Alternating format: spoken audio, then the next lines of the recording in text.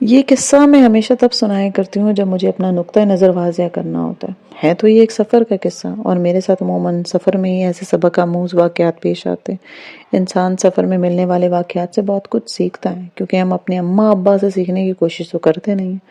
اس لیے سفر انسان پہ اس کی فطرت بھی کھولتا ہے۔ سب سے بڑھ کے انسان اپنے آپ سے ملتا ہے، اس لیے واک کرو تو موڈ خوشگوار ہو جاتا ہے، کیونکہ واک جو ہے وہ قدموں کا سفر ہے۔ یہ قصہ ہے بیوقدہ کے سفر کا۔ بیوقدہ استنبول کے قریب واقع جزیروں میں سے سب سے بڑا جزیرہ ہے۔ مجھے سارے استنبول میں سب سے اچھی جگہ یہی لگتی ہے۔ یہ ایک انتہائی پرسکون جزیرہ ہے۔ اس تک جانے اور واپسی کے لیے فیری استعمال کی جاتی ہے۔ فیری ایک چھوٹا سا بحری جہاز ہے جس کے عرصے پہ سائڈ والی جگہ لینا ہم پاکستانیوں کے لیے سب سے بڑی کامیابی تصور کی جاتی ہے۔ ہم بیوقدہ 2 دفعہ گئے تھے۔ آخری دفعہ جب ہم بیوقدہ گئے تو اگلے دن ہماری واپسی کی فلائٹ تھی، یعنی ہمارے لیے یہ سفر شام کی آخری فیری سے استنبول واپس لوٹ جائیں گے، ورنہ کل کی فلائٹ مس ہو جانی تھی۔ بڑے بھائی کی طبیعت خراب تھی، سو وہ ہوٹل میں رکا رہا، اور میں، ہیرا اور چھوٹا بھائی شاہ رخ اکیلے بیوقدہ آ گئے۔ اکیلے کا مطلب ہے کہ ہمارا لیڈر اور گائیڈ بھائی ہوتا تھا، وہ ہمارے سارے مسئلے سنبھالتا ہے۔ اس دفعہ ہمیں خود میپ دیکھنا تھا، آنکھیں کھلی رکھنی تھی، اور آپ کو تو معلوم ہے کہ مجھے راستوں کا دھیان رکھنا کتنا ناپسند رہتا ہے۔ مگر آج ہم نے ہوٹل سے نکل کے ٹرام خود پکڑنی تھی، وہاں سے کدیکوئے پہ اترنا تھا جہاں سے فیری لے کے ادلار جانا تھا، اور شام میں آخری فیری سے استنبول واپس آنا تھا، کیونکہ اگر ہم نہ پہنچ سکے اور فلائٹ مس ہوگی تو بھائی نے ہم سب کو اس روئے زمین سے مس کروا دینا تھا۔ مجھے پورا اعتماد تھا کہ ہم کھوئے نہیں ہیں، نہ کھوئیں گے، بلکہ ٹھیک ٹھاک واپس پہنچ جائیں گے۔ اور واقعی ہم زیادہ نہیں کھوئے، بس 3 دفعہ، اور 2 دفعہ ہم غلط راستے پہ گئے، اور زیادہ نہیں، بس گھنٹہ بھر ضائع کیا۔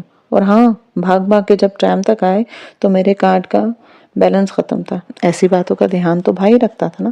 شاہ رخ اور ہیرا کارڈ کے آخری چند لیراز کے کارڈ میں چند آخری لیراز رہ گئے تھے، وہ دونوں تو آٹومیٹک راڈ کے دوسری طرف چلے گئے تھے، اور میں کارڈ سوائپ کروں تو آگے سے مشین مجھے مسکرا کے بتا رہی تھی کہ غریب لڑکی پیسے بھرواؤ۔ اس راڈ کو پھلانگنا 1 سیکنڈ کا کام تھا، وہاں کوئی گارڈ نہیں تھا، لیکن اب تو اتنے ایتھکس آ گئے تھے نا کہ میں راڈ نہ پھلانگتی۔ البتہ وقت نہیں تھا کہ میں شاپ پہ جا کے کارڈ ریچارج کرواتی۔ میرے ساتھ ایک ترک آدمی اندر داخل ہو تھا، اس نے ہمیں بکلاتے ہوئے دیکھا، اور جب اس نے مجھے اور یہ دیکھا کہ 2 لوگ اس طرف ہیں اور ایک اس طرف، تو وہ سمجھ گیا کہ مسئلہ کیا ہے۔ اس نے اپنا کارڈ 2 دفعہ سوائپ کیا، مجھے گزرنے دیا، لیکن اس نے مجھ سے 2 لیراز نہیں لیے جو اس نے میری طرف سے ادا کیے تھے۔ ترک بڑی ہی کوئی بااخلاق قوم ہے۔ میں نے دیکھا کہ بھائی بھی کئی دفعہ کسی بوڑھے یا کسی کمزور خاتون کے لیے خاموشی سے کارڈ سوائپ کر دیتا ہے۔ یہ چھوٹی چھوٹی چیزیں مل کر اس دنیا کو رہنے کے قابل بناتی ہیں۔ خیر، فی الحال ہمارے مسئلہ کو دنیا کے قابل بنانا نہیں ہے، وقت پہ دلار جانا تھا۔ بمشکل ہم نے بھاگ بھاگ کے فیری پکڑی، اور پھر 2-3 گھنٹے تک ہم نے جزیرے پہ خوب انجوائے کیا۔ میں نے اپنے وزن سے بڑی بائسیکل کرائے پہ لے لی، اور جنت کے پتے جیسے ایک سفید محل کے سامنے سے اسے کھڑا لا کر کے اس کی تصویر بنا لی۔ پھر میں وہاں سے ہٹ گئی کہ کہیں اندر سے کوئی عبد الرحمن یا اس کی ماں نہ نکلے۔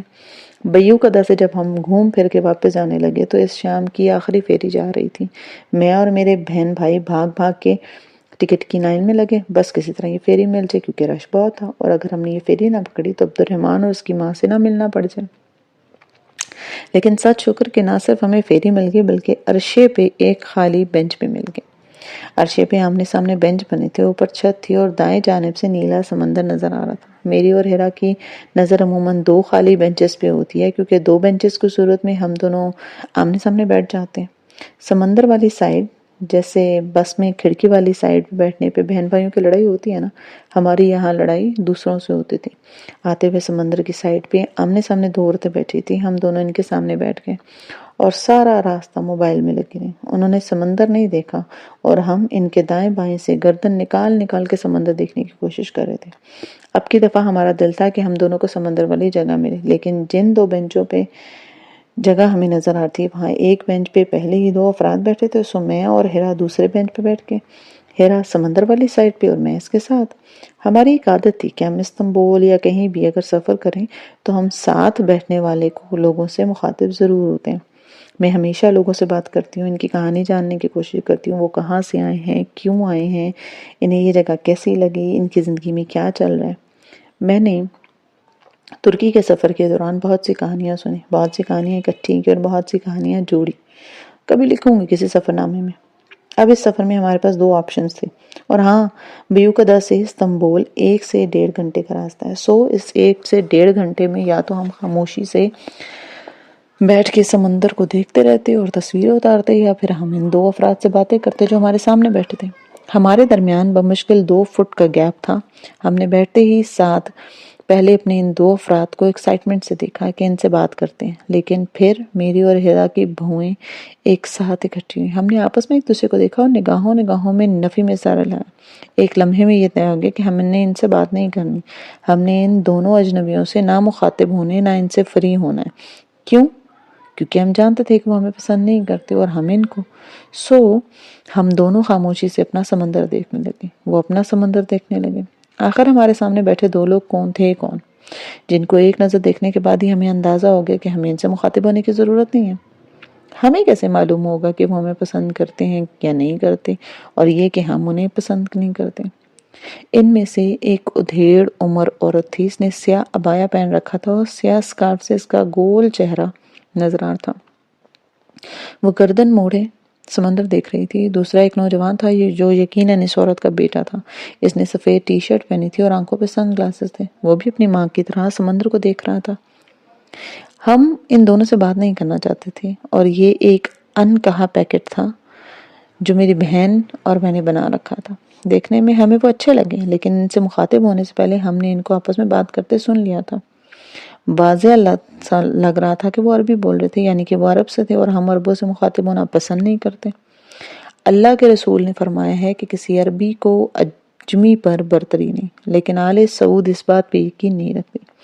وہ اپنے آپ کو ہر مسلمان سے اوپر سمجھتی ہے۔ اگر آپ کا واسطہ کبھی آل سعود سے پڑا ہو اور آپ پاکستانی ہو، ایک بھکاری قوم جو ان کے ٹکڑوں پہ پل رہی ہو، کیونکہ وہ ایسے ہی سمجھتے ہیں، تو آپ کو اندازہ ہوگا کہ سعودی لوگ کیسے ہوتے ہیں۔ یہ امریکی اور یہودیوں کے قدموں میں بیٹھے ہوتے ہیں، لیکن مسلم ملکوں سے آئے لوگ، بالخصوص انڈین مسلمز اور پاکستانی اور بنگلہ دیشیوں کو یہ کچھ نہیں سمجھتے۔ سارے عرب ایسے نہیں ہوتے، لیکن آل سعود کے ساتھ جب بھی بطور پاکستانی مسلمان آپ کا واسطہ پڑے تو وہ آپ کو ایسے ہی لگیں گے۔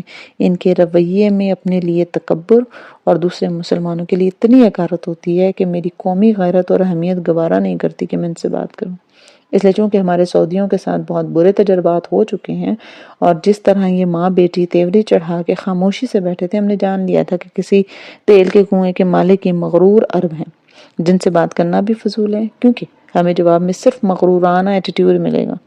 میں کچھ روز قبل انطالیہ کے ایک واٹر پارک میں گئی تھی۔ مجھے واٹر پارکس نہ پسند ہیں، نہ کبھی پسند ہوں گے۔ یہ ٹرپ بھی ایک غلط فہمی کی وجہ سے ہوا تھا۔ ہم اس پارک میں جانا نہیں چاہتے تھے، لیکن ایک غلطی کی وجہ سے ہم اس طرف نکل آئے تھے۔ خیر، وہ ایک الگ داستان ہے، لیکن میں واٹر پارک میں بالکل بھی خوش نہیں تھی۔ مجھے سب سے زیادہ جس بات نے ناخوش کیا تھا وہ یہ تھا کہ واٹر پارک کے تقریباً ساحل پہ لگژری ہوٹلز بنے تھے۔ وہاں عرب امراء اپنی فیملیز کے ساتھ آ کر ٹھہرتے اور پھر وہ ان واٹر پارک میں آ کے اپنا دن گزار کے، نہا کے، سوئمنگ کر کے، کھانا کھا کے، رائڈز لے کے جاتے تھے۔ اس واٹر پارک میں پانی کی چھوٹی چھوٹی بوٹلز تھیں، جس میں ایک گلاس پانی ہوتا ہے، تقریباً 600 پاکستانی روپے کی تھی۔ اب آپ مجھے دقیانوسی کہیں یا جو بھی، یہ عرب وہاں پیسہ پانی کی طرح بہا رہے ہوتے اور ان کو ذرا شرم نہیں آتی۔ وہ واٹر پارک کو اتنا خاص نہیں تھا، اس سے کئی سستے پارکس استنبول میں تھے، لیکن عربوں کے پاس پیسہ ہی اتنا تھا کہ انہوں نے کہیں نہ کہیں تو اسے لگانا ہوتا ہے۔ گورے ایسا نہیں کرتے۔ گورے ٹورسٹ بہت کنجوس ہوتے ہیں، پبلک بس پہ سفر کرتے ہیں، تھکے ہوئے ہوٹل میں رہ کے پیسہ بچاتے ہیں اور پھر پیسے کو درست جگہ لگاتے ہیں۔ لیکن عرب تو صرف پیسہ بہاتے ہیں۔ میں نے پیسے کی ایسی بے حرمتی کبھی نہیں دیکھی۔ مجھے یوں لگ رہا تھا کہ یہ پیسے ہوا میں اڑا رہے ہیں۔ او گاڈ، نکلو اس جگہ سے۔ دنیا کے بڑے بڑے واٹر پارکس میں گورے ہوں، ایشیائی ہوں یا عرب ہوں، ہر کوئی پیسہ لٹاتا ہے، سب ایک جیسے ہیں۔ میں جانتی ہوں، لیکن چونکہ یہاں صرف عرب تھے اور جس بے دردی سے وہ پیسہ خرچ کرتے، مجھے ان کا یہ عمل پسند نہیں آیا۔ ویسے میں بھی عربوں کو ہمیشہ اکھڑ اور بد مزاج پایا ہے۔ یہ میرا ریکزم ان کے خلاف نہیں، یہ آل سعود کا ریکزم ہے۔ ہم چھوٹے ملکوں کے پاکستانیوں کے خلاف میں کوئی ریکسٹ نہیں ہوں جو یہ باتیں کہہ رہی ہوں۔ اگر میں نسل پرست ہوتی تو عربوں کو برا بھلا کہتی، لیکن میں بس عربوں سے دور رہتی ہوں کیونکہ مجھے معلوم ہے مجھے ان کے ہاں سے صرف حقارت ملے گی۔ یہ ایک حقیقت ہے کہ سارے عرب ایک جیسے نہیں ہوتے، دوسرے ممالوں کے عرب بھی ایسے نہیں ہوتے، لیکن آل سعود میں اکثر ایسے ہوتے ہیں۔ آج جب میں نے اپنے سامنے عرب بیٹھے دیکھے تو میں نے طے کیا کہ میں نے ان سے بات نہیں کرنی، میں ان کو نہیں پسند کرتی اور یہ ہمیں حقارت سے دیکھتے ہیں۔ بہتر ہے کہ بات نہ کی جائے اور اپنے ملک روانہ ہوا جائے، اور ہم اپنے ملک اور وہ اپنے ملک۔ ترک قوم ہم پاکستانیوں کو پسند کرتی ہے، لیکن عربوں کے ساتھ یہ شدید خشک رویہ رکھتے ہیں۔ وہ بھی عربوں کو پسند نہیں کرتے کیونکہ اوورآل امت مسلمہ کے لیے عرب کچھ نہیں ہے، وہ صہیونی ہوں یا اور امریکیوں کے غلام بنے بیٹھے ہوں۔ اور اب بھارت کے عربوں نے کشمیر کے مسئلے پہ بھی بھارت کا ساتھ دیا، ہمارا نہیں۔ اور اب تو سبحان اللہ وہ اسرائیل کو تسلیم کر کے ابراہیم اکارڈ بھی سائن کر چکے ہیں۔ محمد بن سلمان نے امت مسلمہ کو جتنا نقصان دیا ہے وہ شاید اوباما یا ٹرمپ نے بھی نہ دیا ہو۔ ہمیں ایک کویتی فیملی استنبول میں ملی اور بھلے وہ عرب تھے لیکن وہ بہت اچھے تھے۔ کہا نا کہ سب عرب ایک جیسے نہیں ہوتے، مگر انہوں نے ہمیں بتایا کہ ترک ہم سے ایسے بات نہیں کرتے جیسے پیار سے آپ پاکستانیوں سے کرتے ہیں۔ میں نے اور ہیرا نے بڑی شرم انگیز فاتحانہ مسکراہٹ سے ایک دوسرے کو دیکھا۔ چلو کہیں تو ہماری عزت بھی ہے۔ 1.5 گھنٹے کے سفر میں بہت سا وقت گزر چکا تھا اور قریباً 20 منٹ باقی تھے، اور ابھی تک ہم دونوں وہ دونوں سمندر کو دیکھ رہے تھے۔ ایسے میں ایک عجیب سا واقعہ پیش آیا۔ ان عربوں کے پیچھے بھی بینچوں کی پوری قطار بنی تھی جہاں مسافر بیٹھے تھے، وہیں ان قطار کے درمیان کہیں 2 ترک بچے کھیل رہے تھے۔ ایک بچے کے ہاتھ میں چھوٹا سا وزٹنگ کارڈ تھا جسے وہ فولڈ کر کے بار بار دور پھینکتا اور دوسرا بچہ اٹھا کے لاتا۔ شدید بیکار سا کھیل تھا، لیکن بچوں کے کھیل میں تو کوئی لاجک نہیں ہوتی نا۔ میں یوں ہی ان بچوں کو دیکھنے لگی اور اسی وقت ایک بچے نے مڑا توڑا کارڈ زور سے ہماری طرف پھینکا۔ وہ اس عرب نوجوان کے سر پہ لگا۔ جب آپ کے سر پہ اچانک سے کوئی نوکیلی چیز آ کے لگے تو آپ کے جو تاثرات بنتے ہیں وہ اس نوجوان کے بنے۔ غصے اور شوق سے آنکھیں گھومی، پھر سر پہ ہاتھ رکھ کے دائیں بائیں موڑی جیسے جاننا چاہتا ہو کہ کس نے ان کو مارا۔ میں ایک دم زور سے بولی، جسٹ اے چائلڈ۔ مجھے یوں ہی لگا کہ وہ کہیں کاغذ بلکہ جوتا اٹھا کے اس بچے کو نہ دے مارے۔ اس بات پہ سر کے تاثرات ایک دم بدل گئے۔ وہ فوراً مسکرایا اور کارڈ زمین سے اٹھا کے اس کے شل ہوئے بچے کی طرف دے دیے۔ اس کی ماں نے مسکرا کے گردن نکال کے بچے کو دیکھا اور پھر واپس سمندر کو دیکھنے لگی۔ عرب اور اتنی مسکراہٹ! ہیرا اور میں مشکوک نظروں سے ایک دوسرے کو دیکھنے لگے۔ یہ عربی ہیں نا؟ سرگوشی، عرب تو اتنے نائس نہیں ہوتے۔ بول تو عربی ہی رہے ہیں۔ آپ عرب ہیں؟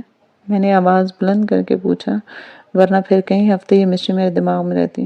ان دونوں نے چونک کے ہمیں دیکھا اور پھر مسکرا کے بولے، جی ہم عربی ہیں۔ ہمارا جوش مان پڑ گیا کہ شاید یہ کسی اور قوم کے ہوں۔ میں کچھ اور نہ کہتی مگر اس آدمی نے پوچھ لیا، آپ کہاں سے ہیں؟ ہم پاکستانی ہیں، میں نے قدرے خشکی سے بتایا۔ ہیرا گردن موڑ کے سمندر کو دیکھنے لگی۔ اوہو، پاکستان! ہم بہت پسند کرتے ہیں پاکستان کو۔ میں نے مشکوک نظروں سے انہیں دیکھا۔ یہ عرب ہو کر اتنے نائس کیوں ہو رہے ہیں؟ اچھا، آپ لوگ پاکستان کو پسند کیوں کرتے ہیں؟ میرا لہجہ مشکوک پر تھا۔ جہاں تک مجھے یاد تھا عربوں کے لیے ہم بس ایک مزدور قوم ہیں۔ یہ محبت کہاں سے آ گئی؟ کیونکہ پاکستان کے لوگ ہمیں جب بھی ملتے ہیں وہ ہم سے بہت پیار سے، بہت محبت سے پیش آتے ہیں، اب کے نوجوان نے جواب دیا تھا۔ کچھ غلط ہے، ساری گفتگو میں کچھ غلط تھا۔ پاکستانیوں کو کب سے سعودیوں سے اتنی محبت ہونے لگی؟ اور ایک دم سے میں رکی، آپ سعودیہ سے ہیں؟ نہیں۔ عرب مسکرا کے بولے، ہم فلسطینی ہیں۔ میرے اور ہیرا کے تاثرات ایک دم بدلے۔ ہم دونوں ایک ساتھ اپنے نشستوں پہ آگے ہوئے، آنکھیں خوشگوار قسم کی شوق سے کھلی۔ اللہ اللہ، آپ فلسطینی ہیں؟ آپ نے پہلے کیوں نہیں بتایا؟ ہم تو فلسطینی لوگوں کو بہت پسند کرتے ہیں، ہمارے منہ میں جو آ رہا تھا ہم کہہ رہے تھے۔ ہم بھی پاکستان کو بہت پیار کرتے ہیں۔ آپ لوگ فلسطینی ہیں، کیسے ہیں آپ؟ کیسے حالات ہیں وہاں؟ آپ کا فیملی، گھر، اسرائیلی آپ کے ساتھ کیسا سلوک کرتے ہیں؟ ہم اس بارے میں سنتے رہتے ہیں۔ اور آپ نے پہلے کیوں نہیں بتایا کہ آپ فلسطینی؟ نہیں، سارے فلسطین میں اسرائیلی ایسے نہیں کرتے، ہمارا علاقہ قدرے محفوظ ہے، فلسطینی نوجوان بتا رہا تھا، لیکن خیر اثر تو ہوتا ہے۔ ہمیں بھی ترک اور پاکستانی بہت پسند ہیں، اور ہم ان کو ترکی اور پاکستان ہمارے لیے آواز اٹھاتے ہیں، ہمیں یاد رکھتے ہیں، ہمیں سارے عرب نے بھلا دیا لیکن یہ لوگ ہمیں نہیں بھولے۔ اس نوجوان کا نام عبد الرحمن تھا اور اس کی ماں کا نام حالہ۔ طے ہوا کہ اگر آپ بیوق ادا کی آخری فیری مس نہ کریں تب آپ کسی عبد الرحمن اور اس کی ماں سے مل سکتے ہیں۔ سفر کے آخری 15 منٹ میں ہم چاروں نے سمندر کو بھول کے خوب باتیں کی۔ وہ اتنے نائس اور اچھے لوگ تھے ہمیں بہت مزہ آیا۔ ہم نے ان سے فلسطین کے حالات سے لے کے ترکی کے کھانوں تک سب ڈسکس کیا۔ حالہ نے ہمیں اپنی جوانی کی تصاویر دکھائیں، اپنے بچوں کے بارے میں بتایا۔ حالانکہ بہت سے شادی شدہ بیٹے بیٹیاں تھے اور ان کے بھی بچے تھے۔ وہ نانی اور دادی دونوں تھیں۔ ان کا ایک بیٹا ترکی میں رہتا تھا جس سے ملنے عبد الرحمن اور حالہ یہاں تھے۔ وہ چند دن گھوم پھر کے وہاں سے جا رہے تھے۔ عبد الرحمن ایک انجینئر تھا، وہ کسی انجینئرنگ فرم میں کام کرتا تھا اور اسرائیلی جارحیت کے علاقوں سے دور رہتے تھے اور قدرے پرسکون تھے۔ ہم فیری سے اترے، ایک دوسرے کو الوداع کہا اور الگ ہو گئے۔ حالہ اور عبد الرحمن وہیں رش میں کہیں گم ہو گئے۔ سامنے ایک قدی کوئے کا ٹرام اسٹیشن تھا۔ بھائی ہمیں وہاں پک کرنے آیا تھا۔ ہم نے بھائی کو کئی دفعہ کھو جانے اور راستہ بھول جانے اور مانگے کے کارڈ سے بس میں سوار ہونے کا واقعہ بالکل نہیں بتایا۔ ہم نے یہ ظاہر کیا کہ ہمیں کوئی مسئلہ ہی نہیں ہوا۔ ہم کچھ دیر اسٹیشن کے کیفے میں بیٹھ کے کافی پیتے رہے۔ استنبول کا بہترین ڈونر میں نے کدی کوئی کے اسٹیشن پہ کھایا تھا۔ کچھ دیر بعد جب ہم وہاں سے اٹھے اور ٹرام کی طرف بڑھ گئے، جیسے ٹرام میں داخل ہوئے تو ہمیں وہاں حالہ اور عبد الرحمن ملے۔ ہم لوگ بہت ہنسے، ہم بار بار ایک دوسرے سے ٹکرا رہے تھے۔ ہم نے وہاں کھڑے کھڑے مزید باتیں کی، یہاں تک کہ وہ کسی اور اسٹاپ پہ اتر گئے اور ہم آگے بڑھ گئے۔ حالہ اور عبد الرحمن آج بھی ہر اسلامی تہوار پہ مجھے میسج بھیجتے ہیں۔ ہم سوشل میڈیا پہ ایک دوسرے سے رابطے میں ہیں۔ میں نے ان سے وعدہ لے رکھا ہے کہ اگر کبھی میں فلسطین پہ ناول لکھوں گی تو وہ میری مدد کریں گے، اور انہوں نے میرے ساتھ پکی کمٹمنٹ کی ہے کہ وہ میرا ناول ضرور مکمل کروائیں گے۔ اب بات آتی ہے کہ میں آپ کو یہ قصہ کیوں سنا رہی ہوں؟ کیا اس لیے کہ نسلی تعصب کی حوصلہ شکنی ہوں؟ ہاں، یہ بھی ایک وجہ ہے۔ اگر چند ایک دفعہ عربوں سے اچھا تجربہ نہیں رہا تو دیکھا جائے تو اپنے ہی ملک میں پاکستانیوں سے ہمارے کتنے برے تجربے رہے، لیکن ہم اپنی قوم کو برا نہیں مانتے۔ چند آل سعود اگر اچھے نہیں ہیں تو اس کا یہ مطلب نہیں کہ تمام آل سعود اچھے نہیں یا تمام عرب ایک جیسے۔ عرب بہت پیار کرنے والے، دعائیں دینے والے ہوتے ہیں۔ ہمیں چاہیے کہ ہم ان سے تعصب نہ پالیں، اور نہ ان کو چاہیے کہ ہم پاکستانیوں کو حقارت سے دیکھیں۔ جیسے گوروں کو کالوں پہ، کالوں کو گوروں پہ فوقیت نہیں، اس طرح عربی اور اجمی برابر ہیں، کسی کو کسی قوم پہ کوئی برتری حاصل نہیں۔ لیکن میں یہ قصہ اس لیے نہیں سنا رہی کیونکہ آپ میں سے اکثر لوگوں کا ہر روز کسی عربی یا فلسطینی سے واسطہ نہیں پڑتا۔ ہمارا جو رویہ کسی حد تک نسلی تعصب یا ریکزم کو جنم دیتا ہے نا، وہ ہمارے اندر تب تک موجود ہوتا ہے جب ہم دوسرے ملک کا سفر نہیں کرتے یا کسی دوسری قوم کے ساتھ نہیں بیٹھتے۔ تب بھی ہم اس رویے کا مظاہرہ کرتے ہیں۔ یہ نسلی تعصب نہیں ہوتا، یہ تعصب بھی نہیں ہوتا۔ اس کو کیا کہتے ہیں؟ اس کو کہتے ہیں پری سپوزیشن، پہلے سے باتیں فرض کرنا۔ پری سپوزیشن یہ وہ ہوتا ہے جو ہم سب کرتے ہیں۔ کوئی ہمیں میسج کا جواب دے تو ہم سوچتے ہیں کہ اب وہ ہمیں پسند نہیں کرتا، وہ ہم سے تنگ آ گیا، یقیناً ہمارے لیے کچھ ایسا ہی ہوگا۔ ٹیچر ہمارے ہاتھ اٹھانے کے باوجود ہماری طرف توجہ نہ ہو تو اس کا مطلب ہے کہ وہ ہمیں پسند نہیں کرتا، اس کا مطلب ہے وہ ہمیں دیکھنا ہی نہیں چاہتا۔ مارکس کم آئے ہیں تو ہم لگتا ہے کہ ٹیچر کو معلوم ہی نہیں ہے کہ ہم سے چڑ رہی ہیں وہ ٹیچر۔ جاب میں فلاں سپروائزر ہمارے ساتھ انصاف کر رہا ہے، وہ کسی دوسرے کو فیور کر رہا ہے اور اس نے میرا کام ریجیکٹ کیا ہے تاکہ وہ کسی دوسرے کو فیور کر دے۔ یہ سب جو ہیں وہ پری سپوزیشن ہے، ٹھیک ہے۔ میری ویسی قدر نہیں کی جاتی جیسے میری دیورانی کی، یہ بھی پری سپوزیشن ہے۔ کیوں؟ کیونکہ اس کے ہاں بیٹا اور میری بیٹی ہیں۔ پری سپوزیشن ہے، ہم سپوز کر لیتے ہیں پہلے سے۔ یہ سب کیا ہے؟ یہ سب گمان ہے، پہلے سے فرض کر لینا، ٹھیک ہے، خود سے فرض کر لینا اور اس کی بنیاد پر اپنی ایک رائے قائم کر کے کسی کے لیے دل میں تعصب پال لینا۔ نسلی تعصب بھی یہیں سے جنم لیتا ہے کیونکہ گورے سمجھتے ہیں کہ کالے ہیں ہی خطرناک اور برے، ان سے صرف نقصان ملے گا، حالانکہ ایسا نہیں۔ نسلی تعصب کے خلاف چلنے والے اس سال کی سب سے بڑی تحریک بلیک لائیوز میٹر کیا ہے؟ یہ دراصل سیاہ فام لوگوں کا دنیا والوں کو کہنا ہے کہ ہمیں وقت سے پہلے جج نہ کرو، ہمارے بارے میں پہلے سے فرض نہ کرو۔ ہمارا بچہ جیب میں ہاتھ ڈالے گا تو اندر سے پستول ہی نکلے گا۔ کتنی لڑکے امریکی پولیس والوں نے صرف اس لیے شور کی کیونکہ ان کا ہاتھ جیب تک گیا۔ وہ موبائل نکالنے لگے تھے یا کچھ اور، کسی کی جیب میں پستول نہیں نکلا۔ لیکن یہ تعصب گورے پولیس مین کے ذہن میں اتنا پختہ تھا کہ اس نے فرض کر لیا کہ یہ کالا ہے، یہ خطرناک ہے اور یہ مجھے نقصان دے گا، سو اس نے کالے کو شوٹ کر دیا۔ ہم سفید فام پولیس والے نہیں ہیں۔ ہم سوچتے ہیں ہم لوگوں کے ساتھ ایسا نہیں کرتے، لیکن ہم کرتے کیا ہیں؟ ہم ہر ایک کے ساتھ ایسا کرتے ہیں۔ دکاندار قیمت زیادہ بتائے تو ہم سوچنے لگتے ہیں کہ ہمیں بیوقوف بنا رہا ہے، وہ ہمیں لوٹنا چاہ رہا ہے۔ چند 100 روپے سے نہ اس کا بنگلہ بنے گا نہ آپ کا بنتا ہوا بنگلہ رک جائے گا۔ وہ آپ کو بیوقوف نہیں بنا رہا، وہ چند پیسے کمانا چاہتا ہے، کیونکہ پیسے کی ضرورت سب کو ہوتی ہے، اس کے گھر والوں کو بھی ہوتی ہے۔ وہ اپنا فائدہ دیکھ رہا ہے اور آپ بھی اپنا۔ کوئی ہماری کار کو اوورٹیک کرے تو وہ ہمیں ہرانا چاہتا ہے، وہ ہمیں نیچا دکھانا چاہتا ہے۔ کوئی پارکنگ میں ہماری جگہ لے لے تو ہم سے مقابلہ کرنا چاہتا ہے۔ ایسا نہیں ہے، ہو سکتا ہے اس کی کوئی مجبوری ہو، وہ جلدی میں اسے کہیں پہنچنا ہو، جیسے آپ کو جلدی ہوتی ہے۔ آپ خاندان کی کسی لڑکی کو بزنس سیٹ کرتے دیکھیں تو آپ سوچیں کہ کتنی لالچی ہے، اس کو پیسے کا لالچ ہے، پیسے کے پیچھے یہ لڑکی دن رات ایک کر رہی ہے۔ نہیں، ایسا نہیں ہے، وہ ٹیلنٹڈ ہے، وہ اپنے پاؤں پہ کھڑی ہو رہی ہے، وہ کسی آگے ہاتھ نہیں پھیلانا چاہتی۔ آپ کو اس سے سیکھنا چاہیے، نہ کہ اس کے بارے میں برا گمان کرنا چاہیے۔ کسی لڑکی کی شادی لیٹ ہو رہی ہے اور وہ نوکری کر رہی ہے تو کہا جاتا ہے اس کے ماں باپ اس کی کمائی کھا رہے ہیں۔ نہیں، ایسا نہیں ہے۔ اس کے ماں باپ اس کی شادی کے انتظار میں گھر میں ڈپریشن کا شکار ہو کر اس کو بٹھا تو نہیں سکتے نا کہ وہ ڈپریشن کا شکار ہوتی رہے۔ ہو سکتا ہے وہ اپنی بیٹی کو اس لیے کام پہ بھیجتے ہوں تاکہ وہ گھٹے ہوئے ماحول سے نکلے اور فریش رہے۔ کوئی ہمیں میسج نہ کرے تو وہ ہمارے ساتھ مزید تعلق نہیں رکھنا چاہتا۔ کوئی ہم سے سرد لہجے میں بات کرے تو ہم یہ سوچ لیتے ہیں کہ اس کا کوئی نہ کوئی مسئلہ ہے، بلکہ ہمیں اکثر یہ لگتا ہے کہ وہ ہم سے محبت ہی نہیں کرتا۔ کوئی ہم پہ غصہ کر دے تو ہم اس کو مارجن ہی نہیں دیتے۔ ہو سکتا ہے وہ پہلے کسی برے دن سے گزرا ہو یا گزر رہا ہو۔ نہیں، اس نے بدتمیزی کی، وہ ہماری عزت نہیں کرتا۔ کوئی ہمارے ساتھ آ کے بیٹھے اور عربی بولے تو ہم 1 گھنٹے اور 10 منٹ ضائع کرتے ہیں کیونکہ وہ عربی ہے، ہمیں پسند نہیں ہے۔ اس کی اپنی انا ہے، وہ ہم سے انا میں بات کر رہے ہیں۔ ہم ہر چیز کو اپنے بارے میں بنا لیتے ہیں۔ ہم یہ سمجھتے ہیں کہ دنیا ہمارے گرد گھومتی ہے۔ کسی نے میسج کا جواب نہیں دیا، نیلے ٹک نہیں آئے تو ہم نے کوئی بڑی غلطی کی ہوگی جس کے باعث وہ ناراض ہے، اس کو ہم سے ویسے محبت نہیں۔ ہم یہ نہیں سوچتے کہ یار دنیا ہمارے گرد تو نہیں گھوم رہی، دنیا میرے اور آپ کے گرد تو نہیں گھوم رہی، اس شخص کی دنیا اس کے گرد گھومتی ہے اور آپ کی دنیا آپ کے گرد ہے۔ اس کی دنیا میں بہت سے ایسے مسئلے، ایسے بہت سی مصروفیات ہو سکتے ہیں جو اس کا رویہ آج کے دن رکھا پھیکا کر رہی ہیں۔ ہر چیز آپ کے بارے میں نہیں ہوتی نا۔